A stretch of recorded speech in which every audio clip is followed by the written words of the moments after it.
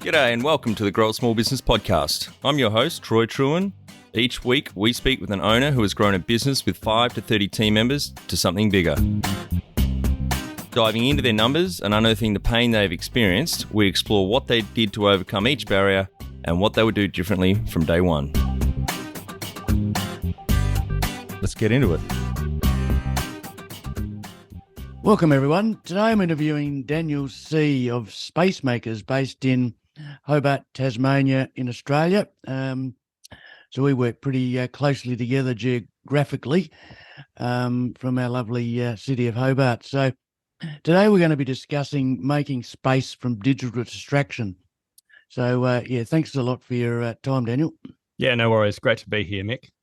Yeah, now, how we know each other, probably we've got mutual contacts, which is typical in Tassie. We pretty close little town, but certainly an introduction from our founder, Troy Truen, who spoke to you recently, and here we are today. So I look forward to the chat, and I suggest this is a major issue for the majority of people, not only in business, but in life. So tell our audience a bit about you and your experience on this topic, mate.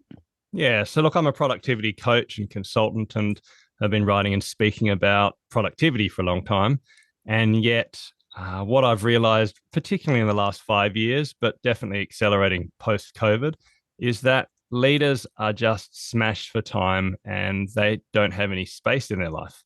And so I just started to write a book about the making and meaning of space, and particularly around how technology overuse is taking away our time. And, I've been reading productivity and time management stuff for many, many years.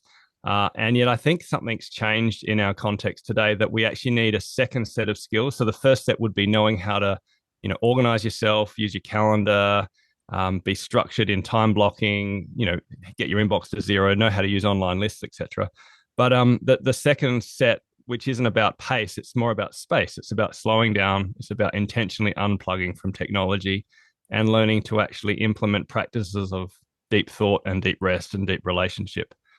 So I wrote a book that, proposed that and gave a whole lot of research behind why we need space, how to make space, and how to actually implement that as busy leaders and managers and business owners. It's won a few awards, but it just won the best American time management and work-life balance book 2 weeks ago, which is just fantastic. So it's definitely something that people are needing, and people are recognizing that the way to be productive is to do less, not more. And that's a new concept in some ways, in the sense of we need to apply it differently in our post-COVID age. Yeah, I love that. I use that concept, less is more, a lot of the time with my business coaching. So I think, as you say, particularly these days, people just get overwhelmed with stuff they've got to do, and basically obviously impacts their productivity and their output. So I think, love that concept. And I think another great, which is, of course, you do is, and you're a founder of Email Ninja. So maybe just give a bit of insight into what that is. Yeah, look, Email Ninja was my first side hustle. I was a physiotherapist and frustrated as a manager by my own email practices. And then once I did a bunch of reading into email research, I'm that kind of geek, I actually read research on email and realized that there's a much better way of managing high volume email. So Tim Hines, my business partner, and myself, we created a course called Email Ninja, and it just slowly grew, and it's been going for 10 years. I mean, we've got 20,000 students in the US who do this course. And so we help people get their inbox to zero.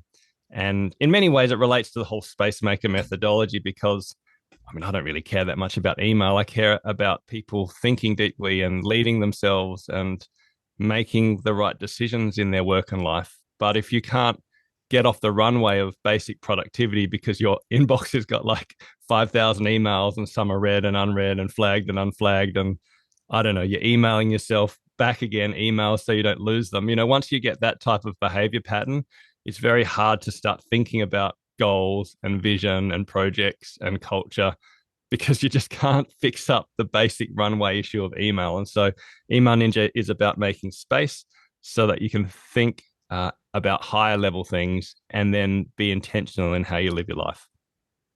Yeah, and I can speak from a personal experience because I'm a student of your email ninja as we're talking offline. And You look like a ninja, Mick. I can yeah, tell. You just have that aura about you. yeah, thanks, mate. But it's made a big difference in my day, my weeks, and I feel so much more in control.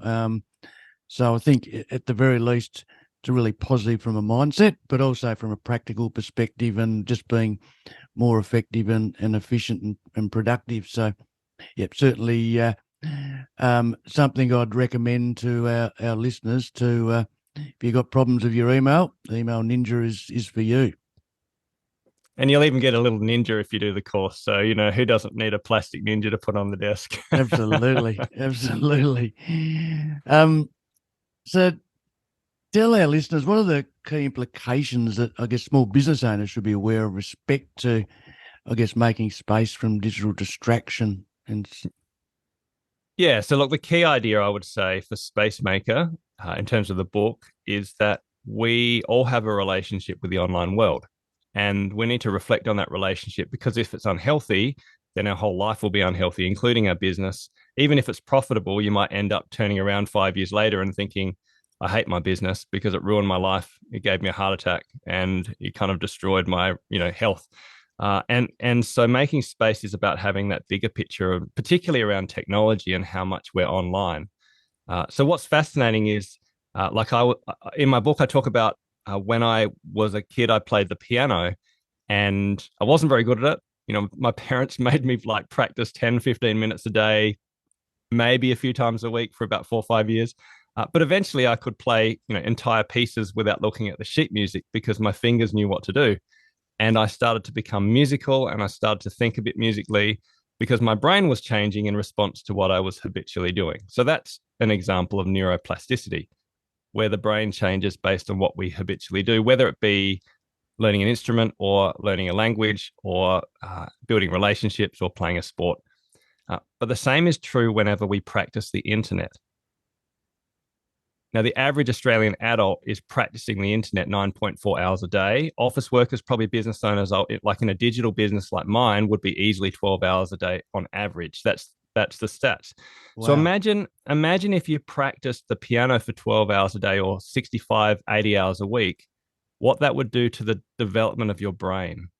And what we're finding is that we are experiencing the patterns and behaviors of digital overuse without even knowing it, but we're not happy. So we know that we're distracted and we can't read books anymore. We're lacking focus. We are struggling with this sense of internal angst, or where we're busier than ever before. We seem to be frantic and trying to get more done, but we're not actually achieving our best work. It's hard to have the energy for face-to-face relationships like we used to have. And we're just more scattered than we used to be. And we find it harder to rest in a really deep way, to enjoy silence, to be at peace. And these are expressions of a brain that has changed because of too much internet practice. And so therefore, if we're going to be productive, and the research backs this 100%, we actually need to learn to be thoughtful about how much we're practicing the internet, why we're practicing it, and when to get offline in order to broaden the experiences of our brain and the experiences of our life. And that allows us to be healthier, happier, and more productive. So I don't think there's a business owner where this message isn't relevant, because almost all of us are overusing our digital tools in healthy and unhealthy ways. I'm not saying it's anti-tech, but all of us are using tech too much in ways that are actually causing us to be less of who we need to be and actually less productive. And we need to flip that. Yeah, I guess as you say, tech's got its advantages, but like anything, it's a matter of a balance, right? And using it to your advantage and not necessarily making a disadvantage in any way. And I just find it, yeah, I mean, I must admit, I struggle with this aspect, and I guess Email Ninja was a good starting point for me years ago, and also then putting in habits around exercise and well-being, which, I've had that habit for a long time, which obviously gets you offline, where I might listen to podcasts, but I'm not certainly in a digital space. And I guess it's sort of, yeah, the habits are obviously important in what you embed into your day, your week, and your life. So what's your sort of thoughts around what are some sort of tips for our listeners to help them sort of get started on this sort of journey to get away from digital distraction? Yeah, look, you're spot on. I mean, exercise is a great one, obviously, in the research. It helps your mindset, helps your attention, and obviously helps your body. I used to be a physiotherapist, and the research is probably stronger to say that it does more for your brain development and your brain health than it does for your body. But we often think of exercise as a physical thing rather than a mental thing. So that's a classic. You don't exercise unless you prioritize it in your life. But if you put it in first before you actually allow your work and your online activities to take over, well, then it becomes something that is a habit, which is exactly what you've said. So the Spacemaker approach is exactly the same. How can you create patterns and rhythms in your life where you unplug intentionally each week, each day, each week, each year, in order to put in things that allow you to be deeply human and productive, and then allow work to flow around it. So some very practical examples. I think starting and ending the day without technology can be a game changer. For example, charging your phones outside of your bedroom and making like the bedroom a tech-free zone. So at least you have the ability to begin and end the day with maybe some silence or meditation or prayer or reflection, or even just not get caught in the trap where you're in bed with your partner, both scrolling Instagram or emails, instead of actually talking to the person that you supposedly care about more than others in the world. So there's this great way of creating a buffer or a moment of space to start and end each day. So that's just one practical way you might make space. Others, again, exercise is a critical game changer. For business owners, I mean, I have a lot of annual rhythms, which I think work well. So one of my key annual rhythms, which actually I'm going to do it again on Friday this week, every quarter, so 4 times a year, summer, autumn, winter, spring, I turn off my tech and I walk along the beach and I have a day where I just think. So it's a digital day off. It's a seasonal day to think. And I've found that thinking is one of the critical things that has allowed my business to grow, allowed me to recognize when I'm being busy and reactive, but not intentional and strategic, and just given myself time to take a breath and to think about what I've done well, where I am now, and where I'm heading, not just for work, but for life as well. And so, yeah, one day a quarter, just to disconnect from tech, walk, think, it's not too hardcore. I sit down like at a cafe and have a nice lunch, but I do it by myself and I write in my journal. And then I finish by writing to-dos and upgrading my projects for the year and fixing up my to-do list so that my activities will align with my thinking. So I think some little pauses like that are all about putting space in before work and rethinking the relationship you have with tech in and around those spaces. There's a few examples. There's so many in the book, but hopefully that's useful to give you an idea no of what I doubt. mean. Yeah, I love that. That habit of yours that every quarter you have that tech-free day, and just using a journal and getting back to simple stuff and basics, right? So I think that's a great starting point, because you got to start somewhere, and I guess the sort of breaking bad habits is always the difficult bit, isn't it? So that's a good idea. It's probably not indifferent to, I've listened and read a bit of recent times about fasting and doing that on a regular basis. So that's, I guess, for your body. This is for your mind as much as your body as well. But all those little habits can just help how you feel, and then it translates into your business and your people, right? Yeah, like at the end of the day, the business you create will be a representation of who you are and how healthy you are as a person. And a lot of the health of your business is based on not what you do in business, but what you do outside of business. And we've always needed habits of rest and thinking and relationship and health, and to be able to have disciplines and practices. So none of that stuff is new. What is new is that unless we reflect on our relationship and our dependency of technology, and then intentionally unplug in order to create some of those rhythms, well, then we may almost always be online. And so you can no longer simply say, I want to build in this pattern of fasting, for example, without having a bit of a reflection about, well, why don't I fast, and how do my lifestyle habits impact that? And tech almost always has a part of that is almost always a part of that story. And so it's more about just reflecting on this new context and thinking about how do we actually understand the world around us in order to do the things that have always made us healthy. Find it hard to define a clear strategy, then communicate it and execute it alongside the rest of your team? Or you currently don't work a simple quarterly strategic plan to boost your team's performance? Our Business Growth Formula online course is perfect for small business owners with 5 to 30 team members wanting to grow. We share the mindsets, habits and tools to be a legendary leader in your business. growasmallbusiness.com. Yeah, which makes makes you feel better. It translates to your business and your people. But a typical reason or excuse is I don't have time for that, which is bullshit. But how do you respond to sort of that response if you're talking to a business owner? Yeah, well, look, you summarized it probably more eloquently than me, but I mean, I think it's true. I remember coaching a lady who, she was smashed. I mean, she was an executive and her team got me in actually because they wanted to improve their culture because it was a bit of a toxic team. And look, after doing the surveys and interviews and really assessing their culture, the bottom line is that she was a talented, brilliant person who was micromanaging and making really bad decisions just because she was tired and she hadn't had a holiday in 5 years and hardly had a day off. And so our recommendation was, you need to take time off, like take a month of annual leave. And her whole team was like, take a month of annual leave.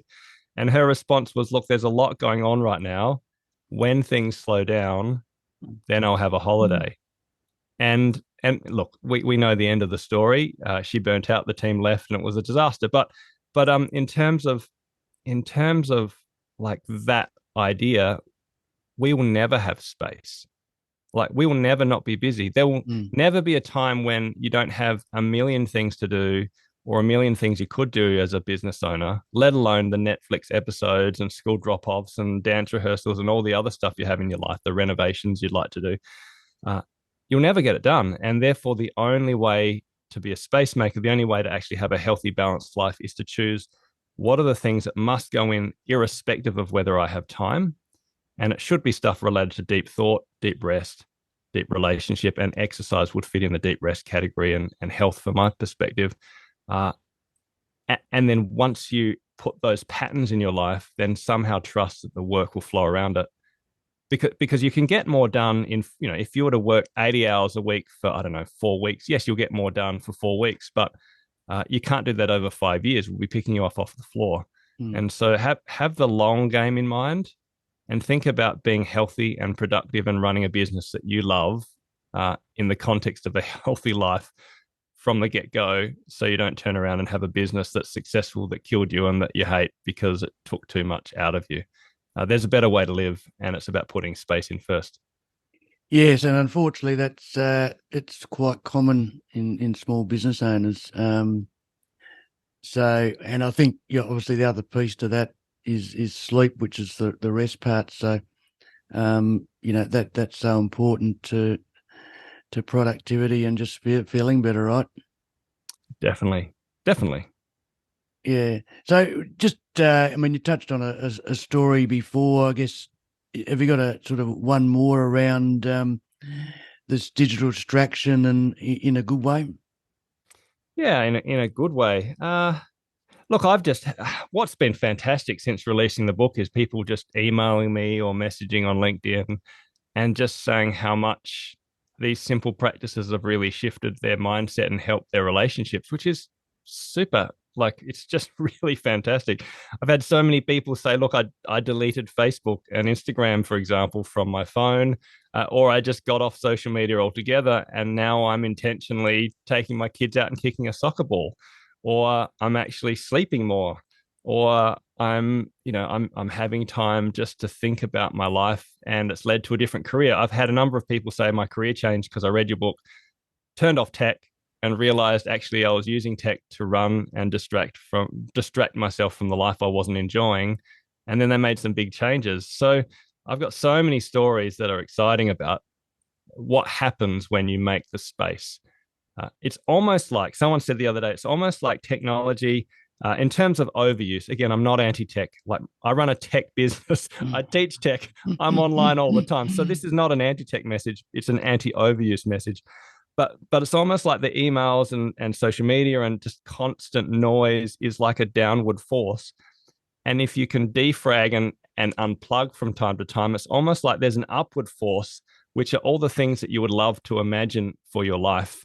The bigger dreams, the creative pursuits, the relationships you'd like to pursue, maybe even the trips or creative ideas that you've never done. They kind of bubble up because the space is made, and then you can actually express yourself and live your own life rather than the script that someone from Silicon Valley has given you. So it is about balance. It's not about rejecting tech, but it's about making enough space so the stuff that really matters bubbles up, and so that you have an intentional life that really matters. Yeah, I like it. And I guess at the end of the day, it's a matter of wanting to do it. And like we were saying before, people and business owners, easy to make excuses, but they just got to make it happen because they'll be so better off. So as far as just to sort of wind things up, I could talk for hours with you on this topic. But if just to for our listeners, what would you recommend they do tomorrow after listening to this podcast? I recommend that you start with just thinking about your relationship with the online world, because I can give you a million life hacks. Have a digital free meal, have a digital day off, have a digital detox, etc., meditate, exercise, blah blah blah. But it won't change and it won't stick unless you truly have a conviction that your relationship with the online world is maybe codependent or somewhat unhealthy and needs to change. So look at your own habits. Think about what you do first thing in the morning, last thing at night, on the toilet, in the shower, when you're walking, at the bus, at the supermarket. Think about your habits and start to self-reflect. And from that point, then you can work out what are the habits where technology is adding to my life and my business, and where is it actually distracting from the life I want to live. And from there, you can start to implement a series of very small, simple habits to recapture the type of humanity you want to live. Yeah, that's a great tip. I guess as you explain that, it's an addiction, isn't it?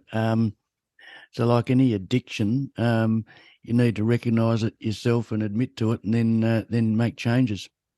Yeah, look, and I could go on about how the highly addictive design of, let's say, some of the social media apps that we use. Even email is highly addictive. If you use Gmail, it's not free for a reason. Like it's free because it's taking something from you. And what is it how is Gmail making money by you using email?